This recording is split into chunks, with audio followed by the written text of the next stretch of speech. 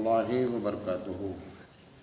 الحمد لله رب العالمين والعاقبة للمتقين والصلاة والسلام على رسوله الكريم. محترم حضرات، آج 18 اگست 2022 ہے. سوالات بہت آئے ہوئے ہیں، لکھ تو لیا ہے سب کو، ہو سکتا ہے پورے جواب نہ دے سکوں. بہرحال جس کا بھی جواب چھوٹ جائے تو وہ دوبارہ ذاتی طور پر سوال کر سکتا ہے. ایک طالب علم نے پوچھا ہے کہ ہم لوگ مدرسے میں رہتے ہیں اور اگر مدرسے کی چیزوں کو بغیر اجازت کے لے لیں اور استعمال کریں تو اس کا شرعی حکم کیا ہے؟ سب سے پہلی بات، جو چیز آپ کی نہیں ہے آپ اس کے مالک نہیں ہیں. اب مثال کے طور پر مہمان خانے میں کوئی چیز رکھی ہے، آپ اس کو لے لیں. اور جو لوگ ایسا کریں گے ان کو سبق نہیں یاد ہوگا. طالب علم اگر چوری کرتا ہے تو ایسے لوگوں کو دو چیزیں نہیں ہوتی، مستقبل میں کامیاب نہیں ہوتے اور جو بھی یاد کریں گے پڑھیں گے وہ یاد نہیں رہے گا. قرآن حدیث پہ نہیں لکھا، یہ ایسا تجربہ ہے بزرگوں کا، لہذا ایسا کرنا جائز نہیں ہے. پوچھا گیا امام ابو حنیفہ رحمۃ اللہ علیہ کے بارے میں ہے کہ عشاء کے وضو سے فجر کی نماز پڑھا کرتے تھے، یہ واقعہ کس حد تک صحیح ہے؟ ایسے جتنے واقعات ہوتے ہیں ان کی سند اگر آپ صحیح تلاش کریں گے تو بہت مشکل کام ہے. ایسے واقعات جو غیر فطری ہوتے ہیں اس پر کوئی عقیدہ رکھنا ہمارے لیے لازم نہیں ہے. کوئی کہتا ہے میں نہیں مانتا، نہیں مانو بھائی، کوئی گنہگار تھوڑے ہو جاؤ گے. اور اگر کوئی مان لیتا ہے تو وہ اس کو کوئی ثواب نہیں مل جائے گا، سمجھے نہیں؟ لیکن ایسا یہ نہیں سمجھا جائے کہ ایسا ناممکنات میں سے ہے. اب یہ جو سوال ہے کہ عشاء کے وضو سے فجر کی نماز پڑھا کرتے تھے، اب چونکہ ہم نہیں کر سکتے ہیں لہذا ہم سمجھتے کوئی نہیں کر سکتا ہے. پوچھا ہے کہ ہم عمرہ حج کر کے آئے ہیں اور وہاں پر ہم نے بہت سے لوگوں کو دیکھا کہ جب مغرب کی اذان ہوتی تھی تو وہ 2 رکعت نماز بھی پڑھتے تھے، پھر اس کے بعد جماعت ہوتی تھی. کیا یہ نماز سنت سے ثابت ہے؟ صحیح بات یہ ہے کہ یہ صحابہ کے بعد عمل سے ثابت ہے، اور اگر کوئی کر رہا ہے تو اس کو غلط نہیں جاننا چاہیے. اور اگر آپ کا بھی کبھی دل چاہے تو آپ بھی کر لیں. خاص کر ایسی مسجدوں میں جہاں پر فرض نماز میں اور اذان میں تھوڑا سے کیا کیا جاتا ہے، وقفہ دیا جاتا ہے. اسی لیے عرب کی ساری مسجدوں میں 5 منٹ کا وقفہ ضرور ہوتا ہے، تو اس میں بعض لوگوں کا دل چاہتا ہے پڑھ لیتے ہیں. میں بھی کبھی حج عمرے پہ جاتا ہوں، میں بھی پڑھ لیتا ہوں. تو ہم یہ سمجھیں کہ یہ غلط ہو رہا ہے یا یہ حدیث سے ثابت نہیں، ایسا نہیں ہے. پوچھا گیا جو شخص اللہ کے راستے میں انتقال کر جائے وہ شہید ہے، کیا ایسا شہید ہے جیسے جہاد میں شہید ہے؟ دیکھیں، اجر کے لحاظ سے شہید ہے، حکم کے لحاظ سے شہید نہیں ہے. حکم سے مراد جو احکامات شہداء پہ نافذ ہوتے ہیں کہ جیسے ان کو غسل نہیں دیا جائے گا، جس کپڑے میں انتقال ہوگا اسی میں دفن کیا جائے گا، یہ اس درجے کا شہید نہیں ہے. یہ آپ کو ثواب سمجھانے کے لیے یہ بات کہہ دی گئی ہے. پوچھا گیا ہے کہ کہا جاتا ہے کہ کتا اگر کسی برتن میں منہ ڈال دے تو وہ برتن ناپاک ہو جاتا ہے، 7 مرتبہ دھلنا چاہیے. لیکن اگر کتا سکھایا ہوا ہے، شکاری کتا ہے، تو وہ اگر کسی چیز کو پکڑ لے تو وہ حلال ہے. اس کی وجہ کیا ہے؟ یہ اسپیشل کتا ہے. کیا ہے؟ اسپیشل کتا ہے. کیا اسپیشل اس کے اندر ہے؟ یہ بات میں جو کہہ رہا ہوں اس سے آپ اختلاف کر سکتے ہیں. میری سمجھ میں بات آتی ہے کہ یہ نظم والا کتا ہے، ڈسپلن والا کتا ہے. پلاننگ سے سکھلایا گیا ہے کہ شکار پکڑتا ہے. میں نے خود کتے کے ذریعے شکار کیا ہے. شکار وہ پکڑتا ہے، خاص کر خرگوش کا، تو یہاں پکڑ لیتا ہے گردن پہ، لا کر کے مالک کے حوالے کر دیتا ہے. لیکن جب وہ لاتا ہے، چونکہ دانت سے پکڑے رہتا ہے تو خون بھی نکلتا ہے اور لعاب بھی اس کا لگتا ہے. اس کے باوجود بھی یہ خرگوش کھانا، یہ گوشت کھانا جائز ہے. تو ایک وجہ تو ڈسپلن والی بات ہے. دوسری بات کیا ہے کہ ہر گوشت پکانے سے پہلے دھلا جاتا ہے، تو جو وہاں برتن میں بات ہے وہ یہاں بھی ہو گئی دھلنے والی بات. اور تیسری چیز یہ ہے کہ اس کو پکایا جاتا ہے. پکانے میں ویسے بھی ناپاک چیز کیا ہو جاتی ہے، وہ پاک ہو جاتی ہے، اور زہر کا جو مادہ ہے وہ بھی کیا ہوتا ہے، ختم ہو جاتا ہے. یہ وجوہات ہو سکتے ہیں، ویسے اللہ ہی بہتر جانتا ہے. پوچھا گیا کہ مسجد نبوی میں 40 نمازیں باجماعت سے پڑھنے کی کوئی فضیلت ہے یا یہ لوگوں نے اپنے طور پر ہی بنا رکھا ہے؟ 40 نماز جب یہ عمرہ وغیرہ کے لیے لوگ جاتے ہیں تو یہ ٹور والے اس کو 8 دن رکتے ہیں مدینہ میں، تو وہ 40 نمازیں ہوتی ہیں۔ 40 نماز کی فضیلت آئی ہے، لیکن حدیث جتنی بھی آئی ہیں سب ضعیف ہیں۔ اگر کوئی اس پر عمل کرنا چاہے چونکہ فضیلت کی حدیث ہے، عمل کر لیں۔ پوچھا گیا ہے کہ محرم کے مہینے میں عمرہ کرنا زیادہ افضل ہے یا مدینہ میں مسجد نبوی میں باجماعت 40 نماز میں ادا کرنا؟ یہ دونوں کا آپس میں کوئی لنک ہی نہیں ہے۔ 40 نماز کا وقت ملے پڑھ لیں، لیکن ماہ محرم میں میرے علم میں ایسا کچھ نہیں ہے کہ عمرہ کرنے کی کوئی خاص فضیلت ہے۔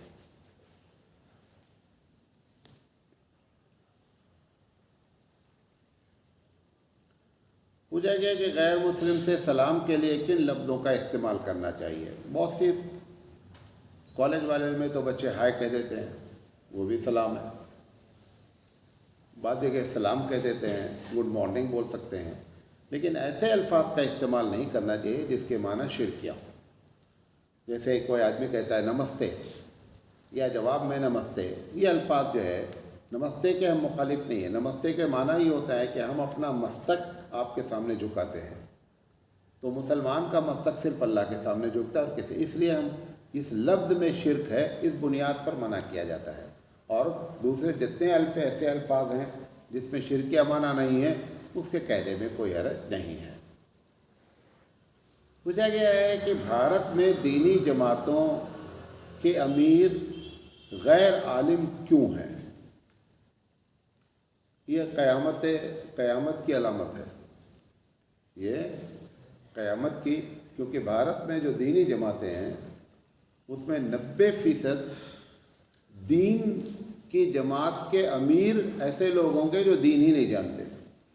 یہ جتنی بربادی آپ دیکھ رہے ہیں نا کہ مختلف قسم کے خرافات، رسمیں، اسلام کا غلط کانسیپٹ، تصور، یہ سب کی وجہ کیا ہے؟ یقینی بات ہے کہ ایک آدمی کو میتھ نہیں آتا ہے اور میں نے اس کو لا کر کے میتھ کا ٹیچر رکھ دیا، اب وہ کیسے پڑھائے گا؟ میتھ جیسا پڑھائے گا ویسا نہیں۔ ہم 7ویں کلاس میں پڑھتے تھے تو ایک میتھ کا ٹیچر ایسے ہی آ گیا، بیچارے کو میتھ نہیں معلوم تھا، گణت جسے کہتے ہیں، تو بیٹھا رہا تھا کلاس میں، 7ویں کی بات ہے، تو ہم لوگ ہر میتھ کی کتاب میں آخر میں جواب لکھا رہتا ہے، تو جب کوئی سوال کرتے اور جواب دونوں کا مناسبت نہیں رکھتا، ہم نے ہمارا کچھ جواب آیا، پیچھے کچھ لکھا ہے، تو ہم بولتے ماسٹر صاحب ہمارا جواب یہ آ رہا ہے اور پیچھے جواب، اچھا پیچھے کتنا آیا ہے؟ 40 آیا، تمہارا کتنا آیا ہے؟ 20 آیا، 20 جوڑ دو 40 ہو گئے جواب، ہو جو پھر پرابلم کی کیا ضرورت ہے؟ کیوں؟ کیونکہ ایک ایسے آدمی کو آپ نے میتھ کا ٹیچر بنا دیا جو بیچارہ میتھ نہیں جانتا۔ یہ جتنی دین میں بربادی ہے، کیونکہ وجہ کیا ہے کہ تم نے کیا کیا ہے؟ ایسے شخص کو دینی جماعت کا امیر بنا رکھا ہے جو بیچارہ دین جانتا ہی نہیں ہے۔ میں ایک جگہ پہنچا ہے ایک امیر صاحب مسجد میں، تو افطاری کا ٹائم تھا، تو افطاری تے سے لکھا ہوا تھا، افطاری لکھی تھی، آج کی افطاری کا وقت نیچے ٹائم لکھا تھا۔ تو میں جب داخل ہوا تو میں نے دیکھا، تو میں نے کہا کہ بھائی یہ غلط لکھا ہوا ہے، تو ایسے آئے گا۔ انہوں نے کہا ہمارے امیر صاحب لکھے ہیں، وہ بولے ایک دم صحیح ہے۔ اب اس کا کیا جواب ہے بھائی؟ ہاں بھائی یہ لائٹ جل رہی ہے، ایک آدمی آ کر کے بولے میں نہیں مانتا لائٹ جل رہی مولانا، کیا کر سکتے؟ اس کا ایک علاج ہے ڈنڈا اٹھا لو، 4 ڈنڈا مارو، سب جل رہی ہے۔ اب میں ان کو سمجھا کے تھک گیا وہاں مسجد والوں کو کہ یہ افطاری تو ایسے لکھی جاتی ہے۔ انہوں نے کہا نہیں ہمارے امیر صاحب، اب میں تو ویسے ہی امیر صاحب بنے ہوئے تو افطاری سے لکھیں گے، کرو افطاری مور سے۔ تو یہ علامت قیامت ہے۔ جیسے ایک پچھلی مرتبہ ایک سوال آیا تھا نا کہ ایک عالم کا انٹرویو لے رہے تھے، امام تھا، جماعت والے جو مسجد کی جماعت تھی وہ لے رہے تھے انٹرویو، تو ان سے پوچھا کہ حضرت 3-4 علامت قیامت بتاؤ۔ انہوں نے کہا پہلی علامت تو ابھی ظاہر ہو رہی ہے کہ ایک عالم کا انٹرویو جاہل لے رہا ہے، یہ پہلی علامت ہے۔ ویسے ہی اور حدیث میں بھی ہے، یہ ایسا نہیں ہے، حدیث میں بھی ہے کہ قیامت کے قرب میں ایسے لوگوں کو لوگ امیر بنائیں گے جو جاہل ہوں گے اور اپنی جہالت کی بنیاد پہ فتویٰ دیں گے، تو افطاری کا فتویٰ ایسے دیتے رہیں گے۔ یہ ایک بہت بڑا سانحہ ہے بھارت کے لیے۔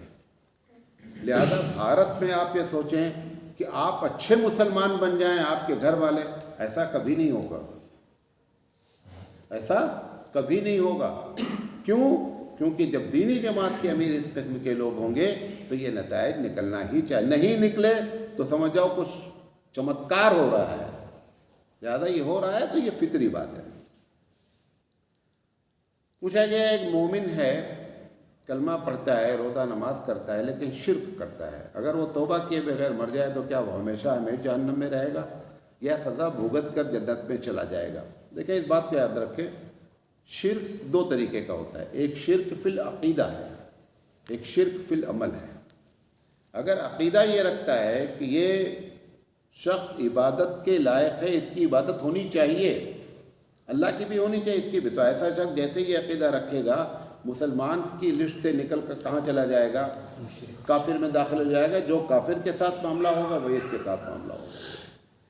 عمل کرتا ہے، سجدہ کرتا ہے کسی غیر اللہ کو، جب اس سے پوچھا جاتا ہے تو مختلف قسم کی تعویل کرتا ہے کہ نہیں یہ تو خوش ہو جائیں گے تو ہمارا معاملہ بھی حل ہو جائے گا، یا یہ میں تو ان کو ادباً سجدہ کرتا ہوں، ایسی بہت سی باتیں کہتا ہے۔ یہ شرک فی العمل ہے۔ شرک فی العمل میں اور شرک فی العقیدے میں فرق ہوتا ہے۔ لہذا شرک فی العمل والا ابدی جہنم میں نہیں رہے گا، شرک فی العقیدے والا ابدی جہنم میں، ہمیں اس کی وجہ کیا ہے؟ وہ کافر ہو گیا۔ پوچھا گیا ہے کہ مولانا صاحب آپ نے جنگ آزادی پر مسلمانوں کے کردار پر بڑی تقریریں کی ہیں، لیکن آپ سے ایک بہت بڑی بھول ہوئی ہے اور وہ آپ اپنی تقریر میں دوبارہ شامل کر لیں۔ وہ بھول یہ ہے، ان کے بقول ابھی بتاتے ہیں حضرت کو، کہ انڈیا گیٹ نیو دہلی پر 95,300 لوگوں کے نام لکھے ہوئے ہیں کہ یہ لوگ آزادی میں ان لوگوں کا انتقال ہوا آزادی کے حصول کے لیے۔ اس میں سے 61,395 نام مسلمانوں کے ہیں۔ ان کا کہنا یہ ہے کہ آپ کو یہ تقریر میں بتانا چاہیے کہ مسلمانوں کے یوگدان پر اور مسلمانوں نے کتنا حصہ لیا ہے، یہ بات آپ بتاتے تو بہت اثر انداز ہوتی، اور آپ نے 11-12 سیریل چلایا اور اس میں اتنی بڑی بات آپ نے نہیں بتائی کہ اس پورے لسٹ میں جو 95,300 لوگوں کے نام میں 61,395 لوگوں کا نام کیا ہے؟ مسلمانوں کا ہے۔ یہ بتاتا ہے کہ مسلمانوں نے کتنی بڑی خدمت آزادی کے موقع پہ دی ہے۔ میں بھائی صاحب کو مطلع کرنا چاہتا ہوں کہ یہ جو بات کہی جا رہی ہے نا، یہ غلط چیز وائرل کی گئی۔ یہ جو 95,300 لوگوں کا نام لکھا ہوا ہے، یہ فرسٹ ورلڈ وار کے لوگوں کا نام ہے۔ یہ بھارت کی آزادی میں لوگوں کا نام نہیں ہے۔ ہمارے واٹس ایپ پر آتا ہے تو فلاں بھی بھیج رہے ہیں، یہ بھی بھیج رہے ہیں، تو اور نیچے جو ہے وہ این ڈی اے کی جو وہ ٹی وی چینل ہے رویش کمار، اس کی نیچے تصویر تاکہ لوگ جانیں کہ بہت اتھینٹک ہے۔ ایک دم غلط بات ہے۔ یہ لسٹ صحیح ہے لیکن یہ بھارت کے فریڈم فائٹر کی نہیں ہے، یہ ورلڈ وار جو پہلی عالمی جنگ ہوئی ہے اس میں کتنے لوگ کام آئے ہیں اس کا نام لکھا گیا ہے۔ بات سمجھے؟ تو ایسے جو ہے کوا کان لیا تو پہلے کان کو دیکھ لے، کان ہے، کوا کے پیچھے بھاگ رہا ہے، اپنا کان دیکھا ہی نہیں ہے۔ ایسی حرکتیں نہیں کریں۔ پوچھا گیا ہے مولانا صاحب اگر قالین ہے اور اس کے اوپر بچے نے پیشاب کر دیا ہے تو اب اس کو صاف کرنے کا طریقہ کیا ہے؟ بعض لوگ کیا کرتے ہیں، اس قالین پہ لا کر کے کپڑا بھگو کر کے اس کو پوچھتے ہیں، مطلب پہلے تو اتنے میں تھا اب اتنے میں ہو گیا ہے، وہی تو ہوگا نا، پہلے تھوڑے میں تھا اب کیا ہوا؟ یاد رکھیں ہر ناپاکی کو دور کرنے میں تقاطر شرط ہے۔ تقاطر جانتے ہیں؟ قطرہ ٹپکنا۔ مثال کے طور پر آپ کے پیر میں پیشاب لگ گیا، آپ نے ایک پانی لیا اور اس کو کیا کر دیا؟ پوچھ دیا۔ اب آپ نے پیشاب کو بڑھا دیا ماشاءاللہ۔ ہونا یہ چاہیے تھا کہ آپ اتنی مرتبہ یا تو پانی ڈالتے کہ وہ پانی بہتا ہے۔ تقاطر شرط ہے، وضو میں تقاطر شرط ہے، غسل میں تقاطر شرط ہے، ناپاکی کو دور کرنے میں تقاطر شرط ہے کہ قطرہ ٹپکنا چاہیے. اب اگر قالین پر لگا تو اس کو چاہیے کہ آپ پانی اتنا ڈالیں کہ وہ نیچے سے نکلتا جائے اور اس بات کا یقین ہو جائے کہ پیشاب اسی زیادہ پانی کے ساتھ نکلتے نکلتے آخری قطرہ بھی نکل گیا ہے. سمجھ والی بات؟ یہ ایسے پاک نہیں ہوگا. پہنچ دیا، پہنچنے کا مطلب آپ نے مزید کیا کر دیا، اس کو ناپاک کر دیا. پوچھا گیا وراثت میت کے کتنے دن کے بعد تقسیم کر لینی چاہیے؟ جیسے ہی مرے، تجہیز و تکفین ہوئی، فوراً وراثت تقسیم کر لینی چاہیے. سنت طریقہ یہ ہے. سارے لوگ متفق ہو جائیں کہ نہیں ابھی نہیں، ٹھیک ہے، 2-1 گھنٹہ 2-4 گھنٹے. لیکن یہ جو ہمارے یہاں ہو رہا ہے، دادا مر گئے ہیں، اب آج کیا ہو رہا ہے، پوتا کہہ رہا ہے مولانا صاحب وراثت کیسے تقسیم ہوگی؟ یعنی 2 نسل گزر گئی اور وراثت تقسیم نہیں ہوئی. یہ سنت کے خلاف ہے، ایسا نہیں ہونا چاہیے. پوچھا گیا ہے کہ موبائل پر کوئی پوچھتا ہے کہ خیریت ہے، تو اس میں ایک امیج کا بٹن رہتا ہے، لکھا ہے اس میں مطلب ٹائپ ہے وہ الحمدللہ. ایک آدمی نے کیا کر دیا، وہ بٹن دبا دیا، الحمدللہ چلا گیا. تو یہ واقعی میں الحمدللہ اگر ہم زبان سے جو کہتے یا لکھتے اس کیفیت میں ہے، اس کا کیا حکم ہے؟ بات میں نے سمجھے نہیں سمجھے؟ اس نے پوچھا مولانا صاحب آپ خیریت سے ہیں؟ میں نے وہ بٹن دبا دیا، چلا گیا، وہاں پہنچ گیا الحمدللہ. یہ ہمارا الحمدللہ کہنا مانا جائے گا کہ نہیں؟ اس میں ہونا یہ چاہیے کہ بٹن دباتے وقت آپ زبان سے بولیں. جیسے بٹن دبا رہے نا، آپ بولیں الحمدللہ، تو پھر اس کا مطلب آپ نے واقعی میں الحمدللہ کہا. وہ جو الحمدللہ کہنے کی فضیلت آپ کو ہے تب حاصل ہوگی. یہ جو آپ نے کلک کیا ہے نا، اس سے فضیلت حاصل ہونے کے چانسز نہیں ہیں. وہ بندہ جو الحمدللہ بولے گا اس کو فضیلت مل جائے گی، کسی نے الحمدللہ پڑھا ہو اس کی تو مل، لیکن آپ نے کچھ بھی نہیں کیا ہے، لہذا اس کا خیال رکھیں. پوچھا گیا اگر حرام کھانا کھا لیا تو اب اس کا کفارہ کیا ہے، اور اس کو اور جو ہم کو کھلایا ہے اس کو کیسے منع کیا جائے؟ اگر آپ کو یقین ہے کہ اس نے حرام کھلایا ہے تو جس وقت کھلا رہا تھا اسی وقت اگر معلوم ہو گیا تو فوراً الٹی کر دینا چاہیے، کیونکہ حدیث ہے کہ ابو بکر صدیق رضی اللہ تعالیٰ عنہ کو جیسے معلوم ہوا، لمبی بات ہے، انہوں نے فوراً انگلی ڈال کر کے الٹی کر دیا. اب کھانا کھانے کے بعد 2 دن کے بعد معلوم ہوا کہ اس نے جو کھلایا وہ حرام ہے، اب آپ توبہ کریں، نمبر 1. اور جس نے کھلایا ہے اس سے جا کر کے بولیں کہ بھائی صاحب کبھی لوگوں کو دعوت دیں تو حرام کھانا نہیں کھلائیں. اگر ہمت ہے بولنے کی، ہمت ہے بولنے کی تو بول دیں. سمجھے؟ میں تو جاتا ہوں تو میں ایسی باتیں بول دیتا ہوں. میں ایک جگہ گیا، حافظ صاحب کے گھر میں ناریل ٹنگا ہوا تھا، اور حافظ صاحب جو ہے وہ باقاعدہ بہت ہی پکے دیوبندی تھے. تو مجھے بیٹھا دیا وہاں، دیکھا میں نے ناریل ٹنگا ہوا ہے. تو میں نے پوچھا حافظ صاحب یہ کیا ٹنگا ہے؟ حافظ صاحب، تو ہم نے کہا کہ تم کو آج تک کوئی نہیں بولا، تم تو بہت لوگوں کے یہاں دعوتیں کرتے رہتے ہو، مولانا بڑے بڑے مولانا. کہاں؟ ہم نے کہا یہ اتارو. تو بولنے کی اگر ہمت ہے تو بول دیجیے. لوگ کیا سمجھتے ہیں ہم اگر بول دیں گے تو یہ برا مان جائیں گے. جب آپ کسی کی بےعزتی کرنا چاہیں گے تب سامنے والا برا مانتا ہے. اگر آپ کی نیت اصلاح ہوگی تو اللہ آپ کے ساتھ ہے، کوئی برا نہیں مانتا ہے. آپ یہ بات، دونوں باتیں یاد رکھیں. کسی کی اصلاح اگر کرنے میں آپ مخلص ہیں تو اللہ آپ کے ساتھ ہے، اور اگر اصلاح کرنے میں اس کی بےعزتی مقصود ہے تو وہ بندہ تمہارا دشمن بنے گا. لہذا اصلاح کی نیت سے ہمیشہ منکر پر بات کرنی چاہیے. پوچھا گیا مقتدی کو سورہ فاتحہ اور سورت پڑھنا چاہیے یا نہیں؟ اس مسئلے میں اختلاف ہے. سورت میں تو کسی کا اختلاف نہیں ہے، سورت نہیں پڑھنی چاہیے. سورہ فاتحہ بے اختلاف ہے. امام شافعی رحمۃ اللہ علیہ کے ہیں سورہ فاتحہ مقتدی کو پڑھنا لازم ہے. امام حنیفہ رحمۃ اللہ علیہ کے نزدیک سورہ فاتحہ نہ پڑھنا لازم ہے. ایک کے نزدیک پڑھنا لازم ہے، امام حنیفہ رحمۃ اللہ علیہ کے نزدیک نہ پڑھنا لازم ہے.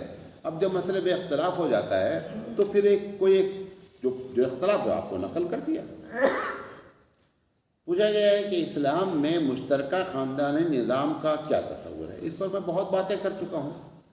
اسلام میں جوائنٹ فیملی سسٹم کی چاچا بھیا مامی بھابھی سب لوگ ساتھ میں رہیں، یہ اسلام کا طریقہ نہیں ہے.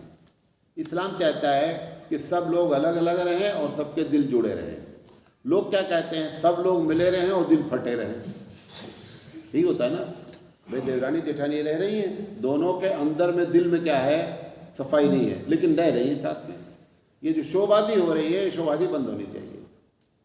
یا ساس بہو کا معاملہ ہے، اس کو بھی یہی ہے، کوئی ننند بھابھی رہ رہی ہیں، وہ بھی رہ رہی ہیں.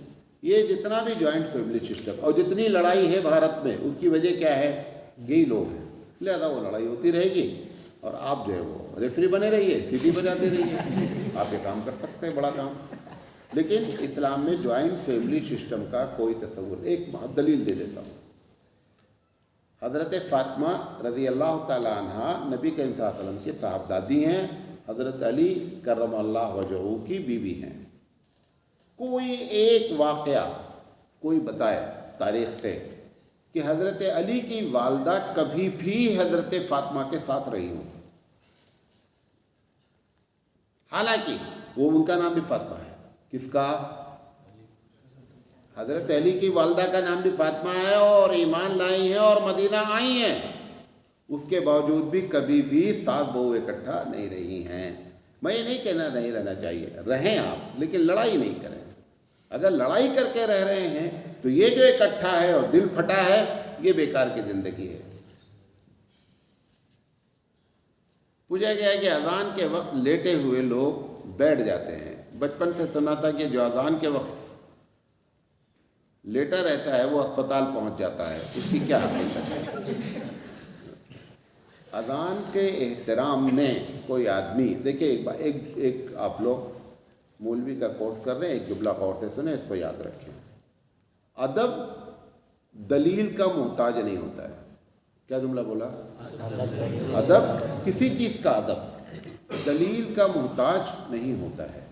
ادب صرف اس بات کا محتاج ہوتا ہے کہ وہ ادب شریعت کے خلاف نہیں. جیسے امام مالک علیہ الرحمہ مدینے میں چپل کبھی زندگی میں نہیں پہنے، یہ مدینے کا ادب ہے. آپ بولیں کہاں لکھا ہے مدینے میں چپل نہیں پہننا چاہیے؟ یہ ادب ہے. ادب دلیل کا محتاج نہیں ہوتا ہے. علاج بھی دلیل کا محتاج نہیں ہوتا ہے. دیکھنا یہ چاہیے کہ یہ علاج ہماری شریعت کے مخالف نہیں ہو. مولانا صاحب پیراسیٹامال کھانا کہ نہیں کھانا، یہ علاج ہے. علاج دلیل کا محتاج نہیں ہوتا ہے.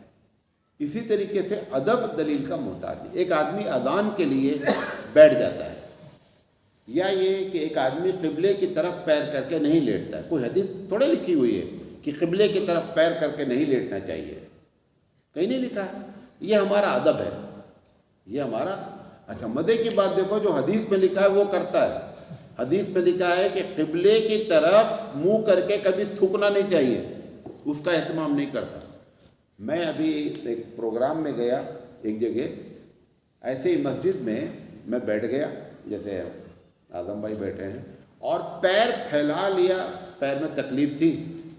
ایک صاحب آئے، صاحب اتنا ناراض ہوئے، ارے قبلے کی طرف پیر پھیلا کر کے بیٹھے ہوئے، اب میں ان کو کیا سمجھاؤں.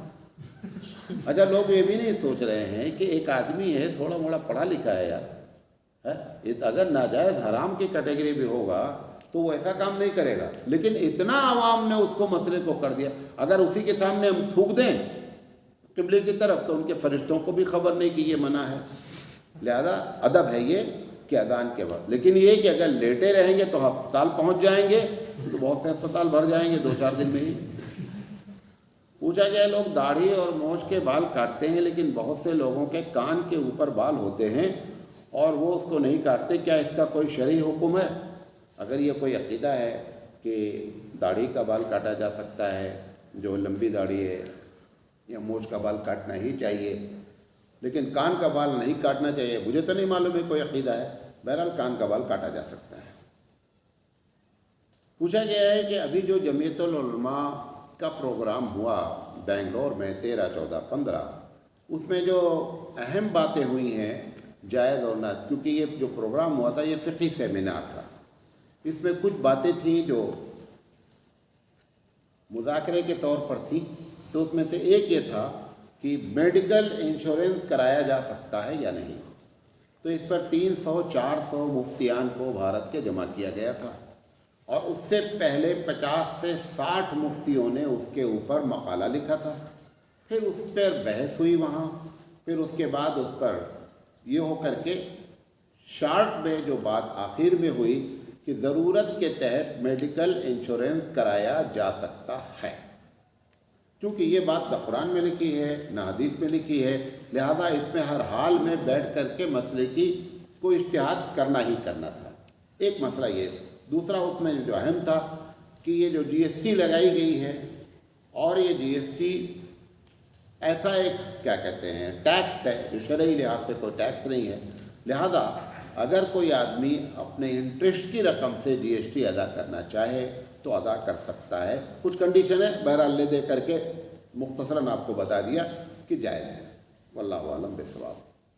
پوچھا گیا جنگ آزادی کی تحریک میں مسلمانوں نے اتنی قربانیاں دی، لیکن کیا وجہ ہے کہ سیاست میں انہوں نے غیروں کو آگے بڑھا دیا اور خود پیچھے ہٹ گئے؟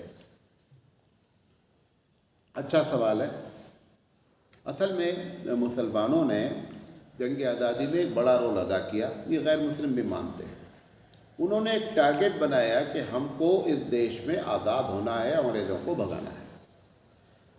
دونوں نے مل کر کے کیا، ہندو مسلم سکھ عیسائی سب لوگ مل کر کے کیے اور آزادی حاصل ہو گئی۔ جب آزادی حاصل ہو گئی تو انہوں نے اپنے دیش واسیوں پر یہ اعتماد کیا، ان کا وشواس رہا کہ اگر ہم سیاست میں حصہ نہیں بھی لیں گے تو ہمارے ساتھ جو ہے نا سوتیلا پن نہیں ہوگا، لہذا انہوں نے سیاست میں حصہ نہیں لیا۔ یہ پہلی وجہ ہے، کیونکہ ایک آدمی کا جب ٹارگٹ حاصل ہو گیا وہ اسی میں مست ہو گیا کہ بھئی آزادی مل گئی، چلو یار اب اپنے کیا کرنا ہے۔ وہ اپنی توجہ اس نے کیا کیا، علماء اس میں شامل تھے، وہ کچھ لوگ مدرسے میں چلے آئے، کچھ لوگ خانقاہ میں چلے آئے، اور کچھ لوگوں نے یہ کہنا شروع کر دیا کہ سیاست میں حصہ لینے کا فائدہ ہی نہیں ہے۔ اس بنیاد پر مسلمان سیاست سے ہٹ گئے۔ نمبر 2، کچھ لوگ ایسے بھی رہے کہ سیاست پہ رہے، ایسا نہیں کہ سب لوگ ہٹے، جیسے جمعیت العلماء شروع سے لے کر آج تک سیاست پہ ہے۔ ایک ہوتا ہے سیاست کو باہر سے حصہ لینا، ایک ہوتا ہے سیاسی پارٹی بن جانا، جیسے آر ایس ایس ہے۔ آر ایس ایس کا کوئی بھی آدمی الیکشن نہیں لڑتا ہے، کیونکہ آر ایس ایس کوئی سیاسی جماعت نہیں ہے، لیکن سب کچھ سیاست کرتی کون ہے؟ آر ایس ایس ہے۔ ایسے جمعیت العلماء کے نام پر الیکشن میں حصہ نہیں لیتی ہے، کیونکہ وہ سیاسی جماعت نہیں ہے، لیکن مسلمانوں کو سیاست کرنا اور مسلمانوں کے ساتھ کو کیسے رہنا چاہیے، وہ سیاست سب کچھ کرتی رہتی ہے۔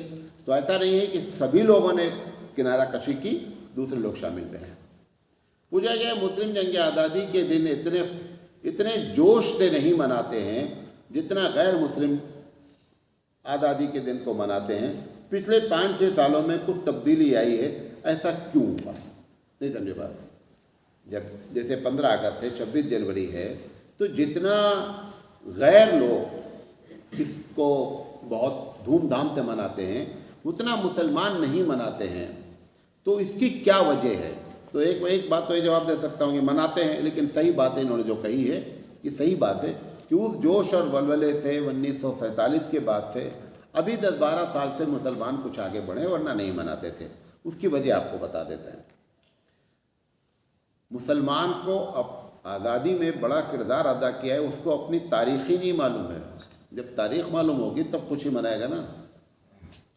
اس کو مسلمانوں کا بڑا یوگدان بھارت کی لڑائی میں آزادی میں رہا، اس کو اپنی تاریخ نہیں معلوم ہے۔ جب اس کو اپنی تاریخ ہی نہیں معلوم ہے تو بیچارے کے اندر جوش کہاں سے پیدا ہوگا؟ یہ پہلی وجہ ہے۔ دوسری وجہ یہ ہے کہ مسلمانوں کا ایک مزاج ہوتا ہے کہ جس چیز کا دھرم سے رشتہ جڑتا ہے اس میں ان کے اندر جوش آتا ہے۔ آزادی منانا دھرم کا حصہ نہیں ہے، لہذا ان کے اندر جوش پیدا نہیں ہوا۔ جیسے ایک آدمی امبیڈکر کی جینتی دھوم سے مناتا ہے، یا گاندھی جی کی 2 اکتوبر کی جینتی دھوم سے منائی جاتی ہے، کیونکہ ہمارے یہاں جینتی کا تعلق کیا ہے؟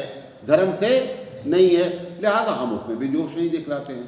تو آزادی کا مسلمانوں کے مزاج میں یہ ہے کہ جو چیز دھرم سے جڑ جاتی ہے اس میں ان کے اندر کیا ہوتا ہے؟ جوش آتا ہے، اور جو چیز دھرم سے نہیں جڑی رہتی ہے اس کے اندر جوش نہیں آتا۔ لیکن یہ مطلب نہیں ہے کہ مسلمان جنگ آزادی کو کوئی برا جانتے ہیں، منانے کو، یعنی خوشی کو، یہ ایسی بات نہیں ہے۔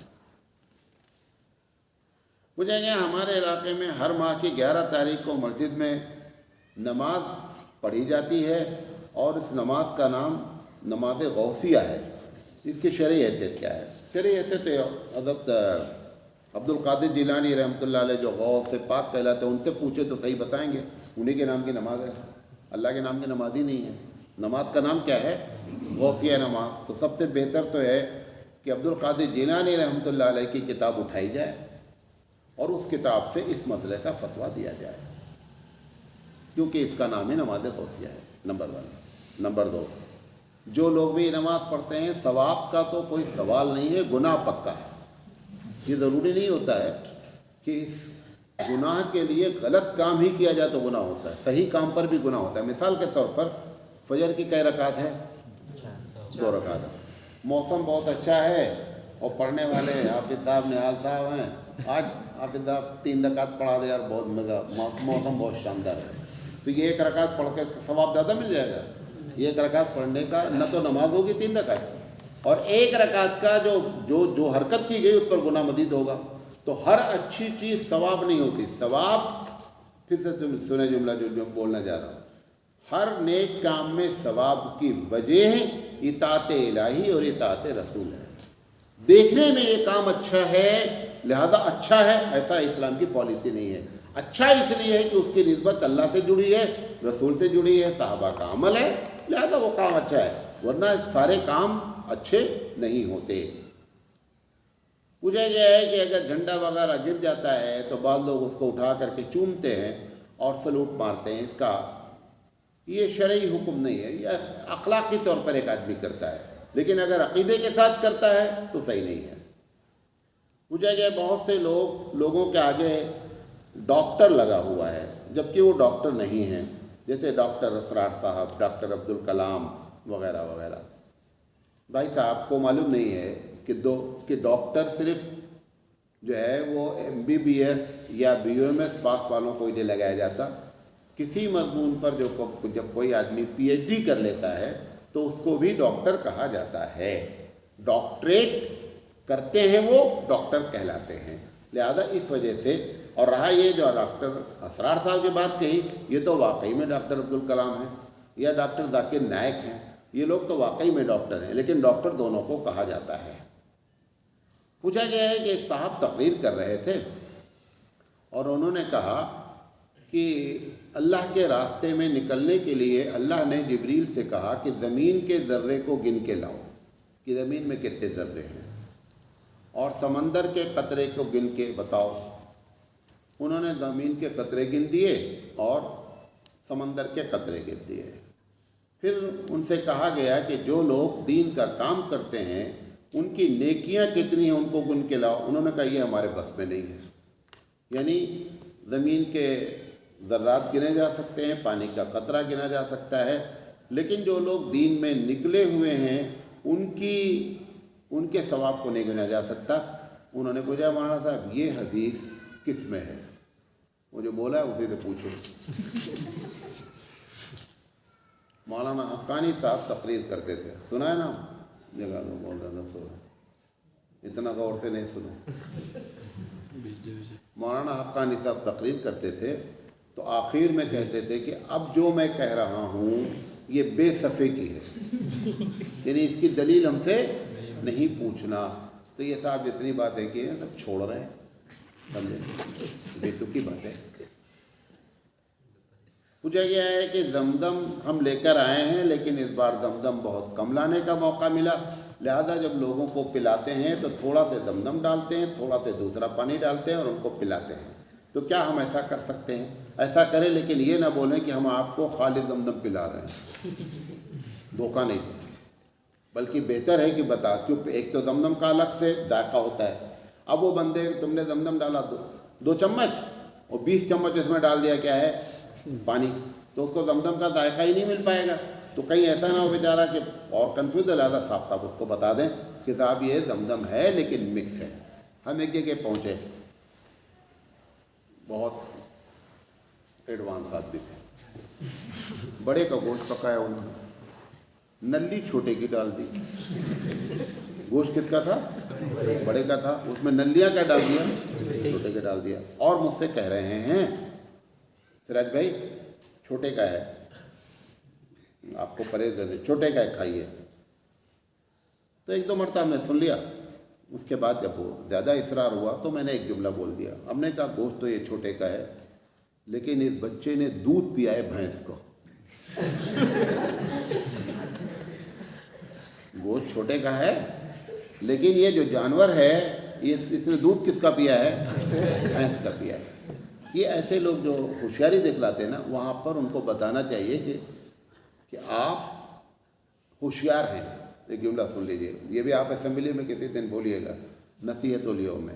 ہم اپنے آپ کو ہوشیار جانیں, اس میں کوئی پرابلم. سامنے والا بیوقوف نہیں ہے. ہم ہوشیار ہیں, سامنے والا بیوقوف نہیں ہے.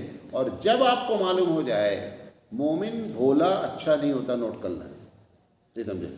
مومن کو بھولا ہونا یہ اچھی بات نہیں ہے. مومن نباز ہوتا ہے. اگر وہ آپ کو بیوقوف بنا رہا ہے تو اس کو ظاہر کر دیں کہ آپ اپنے آپ کو ہوشیار نہیں بنیں. جیسے بعض جگہ پہنچتے ہیں, وہاں صاحب ٹھنڈا لیں گے کہ گرم لیں گے.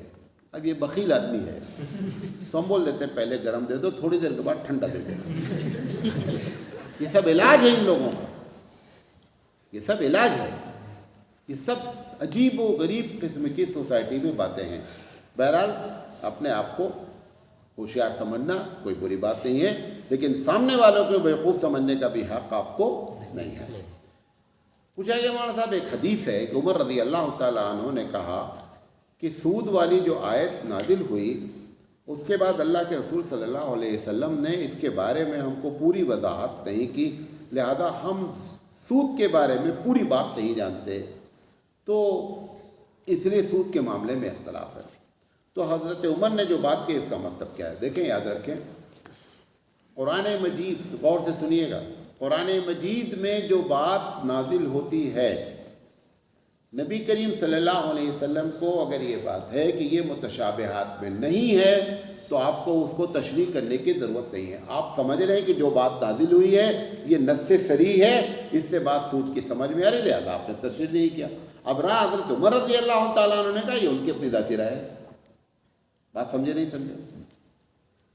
پوچھا گیا ہے کہ ایک حدیث ہے کہ جو حافظ قرآن ہوگا وہ 10 لوگوں کی ایسی شفاعت کرے گا جن کے اوپر جہنم واجب ہو چکی ہوگی. یہ حدیث صحیح ہے نہیں, یہ حدیث ضعیف ہے, یہ حدیث ضعیف ہے. اور یہ بھی سمجھ لیں یہ حافظ سے مراد کون ہے. یہ حافظ وہ حافظ ہے جو پڑھا ہے اس پر عمل کرتا ہے. کیا کرتا ہے؟ عمل کرتا ہے. پوچھا گیا کہ ایک صحابی نے ایک کھیت بیچا, دوسرے صحابی نے اس کو خریدا. اتفاق سے وہ اس کے اندر کھیتی کر رہے تھے تو سونے کا ایک ٹکڑا نکل آیا. تو دونوں میں یہ بات پہ تکرار ہوئی کہ ایک جنہوں نے, یہ پوری حدیث ہے, صحیح حدیث ہے, کہ جنہوں نے کھیتی کیا سونا نکلا. تو انہوں نے جا کر کے اس صحابی سے کہا کہ بھیا یہ سونا تمہارا ہے کیونکہ میں نے کھیت خریدا ہے, سونا نہیں خریدا ہے. وہ جنہوں نے بیچا تھا انہوں نے کہا بھیا میں نے کھیت بیچا, اس کے اندر جو کچھ ہے سب تمہارا ہے. تو لڑائی اس پر نہیں ہو رہی ہے کہ سونا کون لے گا, لڑائی اس پر ہو رہی ہے کہ سونا ہم نہیں لیں گے. ان میں اور ہم میں فرق آیا کہ نہیں آیا؟ ہماری لڑائی کس بات پر ہوتی کہ سونا ہمارا ہے اس لیے جھیل رہے ہیں. تو ان کے اندر ہمارے اندر اتنا بڑا فرق آیا. اب یہ لے کر کے مسئلہ رسول اکرم کے پاس گئے. رسول اکرم صلی اللہ علیہ وسلم نے کہا کہ تمہاری کوئی بیٹی ہے؟ انہوں نے کہا ان کا تمہارا کوئی بیٹا ہے. انہوں نے کہا ایسا کرو شادی کر دو اور یہ سونا اسی بیٹی کو دے دو.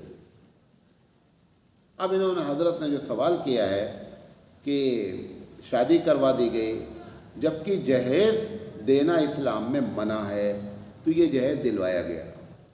سب سے پہلی بات یہ بتا دیں آپ کو, کسی حدیث میں نہیں لکھا ہے کہ جہیز دینا منع ہے. میں نہیں کہہ رہا ہوں جہیز لو, لکھا کہیں نہیں ہے کہ جہیز نہیں لو. جہیز مانگنا فقیر کی علامت ہے. جیسے آپ دروازے پہ کھڑے ہو گئے ایسے یہ بھی ہے کہ آپ کہیں لڑکی والے سے کہ مجھے یہ چاہیے, یہ ایڈوانس فقیر ہے, وہ تھوڑا سا بے حیا فقیر ہے. فقیر دونوں ہیں. جیسے پہلی رات میں لڑکے لوگوں کو ان کے دو لوگ سکھاتے ہیں کہ بیوی سے کہہ دینا, بیوی سے مہر معاف کرا لینا. مہر معاف اللہ تعالیٰ نے آپ کو فضیلت دی ہے۔ قرآن مجید کی آیت کیا ہے؟ الرجال قوامون علی النساء۔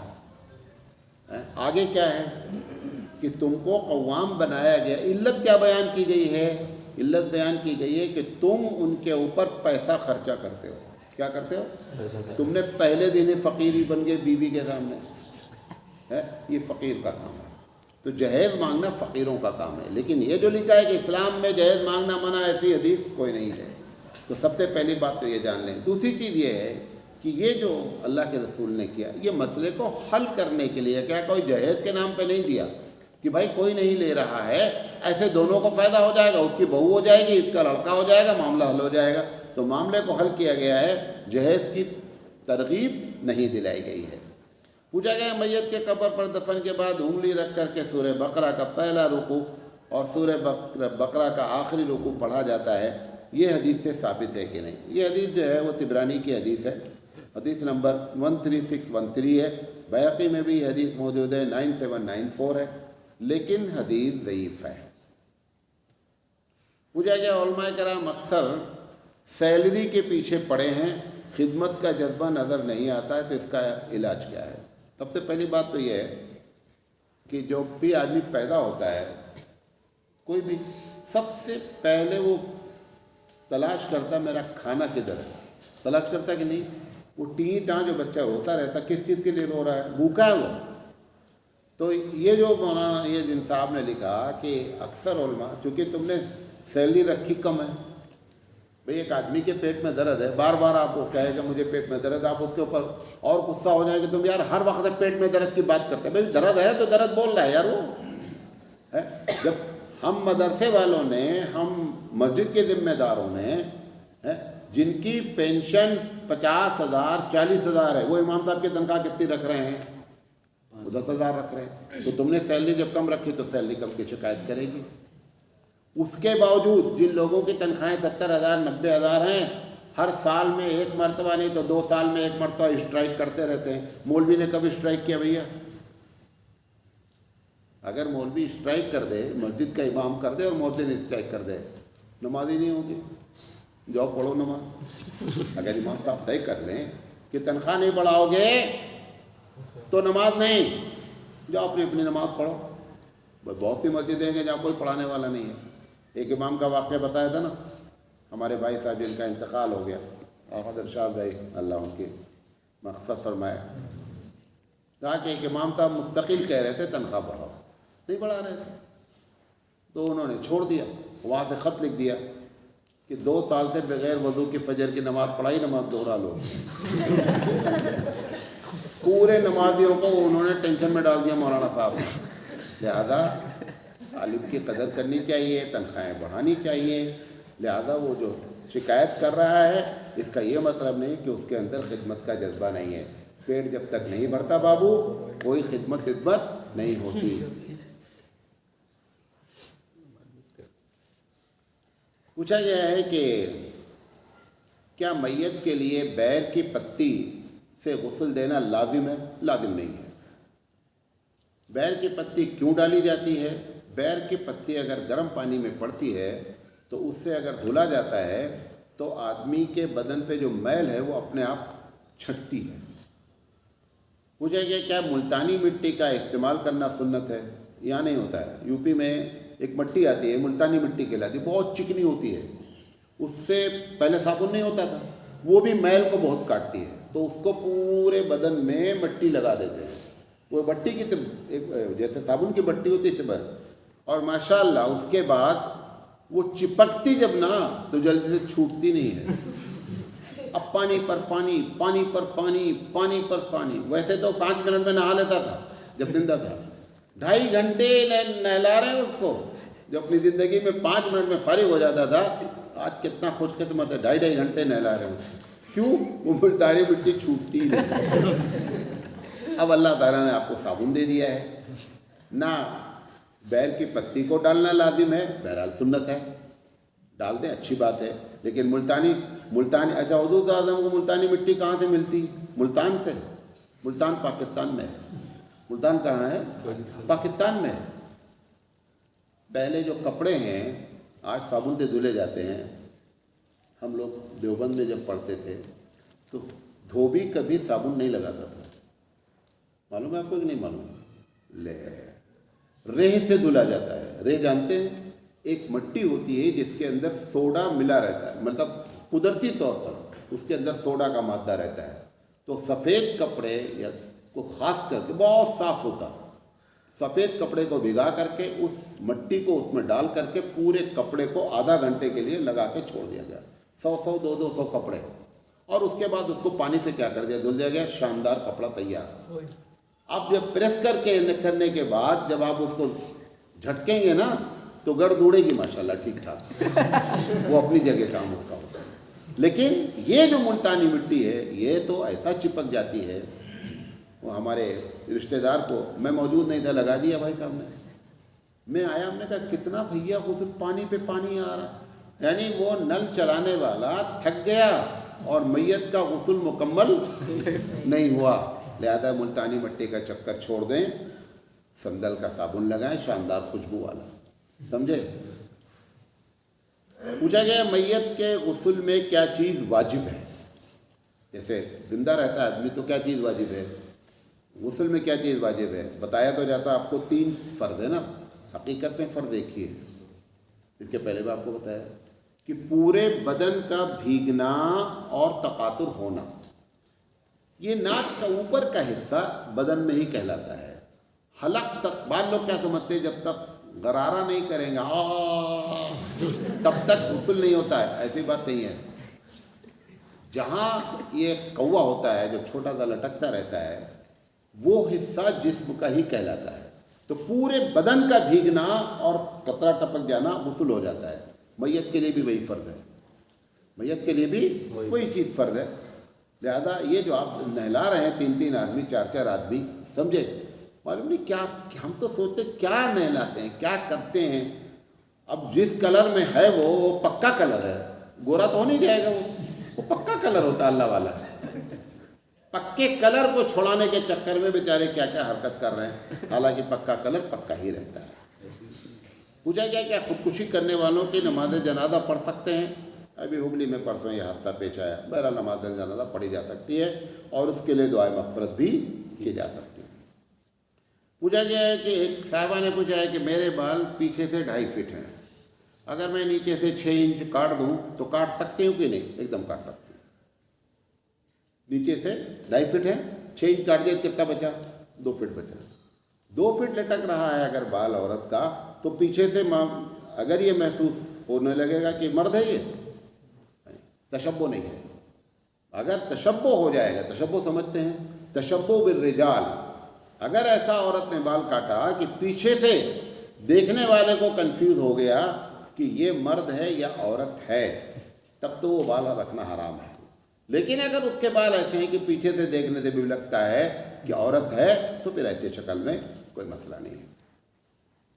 پوچھا گیا ہے کہ ایک مسجد ہے جس میں جمعہ عورتوں کو آنے کی اجازت ہے، تو کیا یہ صحیح ہے؟ ایک دم صحیح ہے. اس کے پہلے 20 مرتبہ بات بتا چکے ہیں.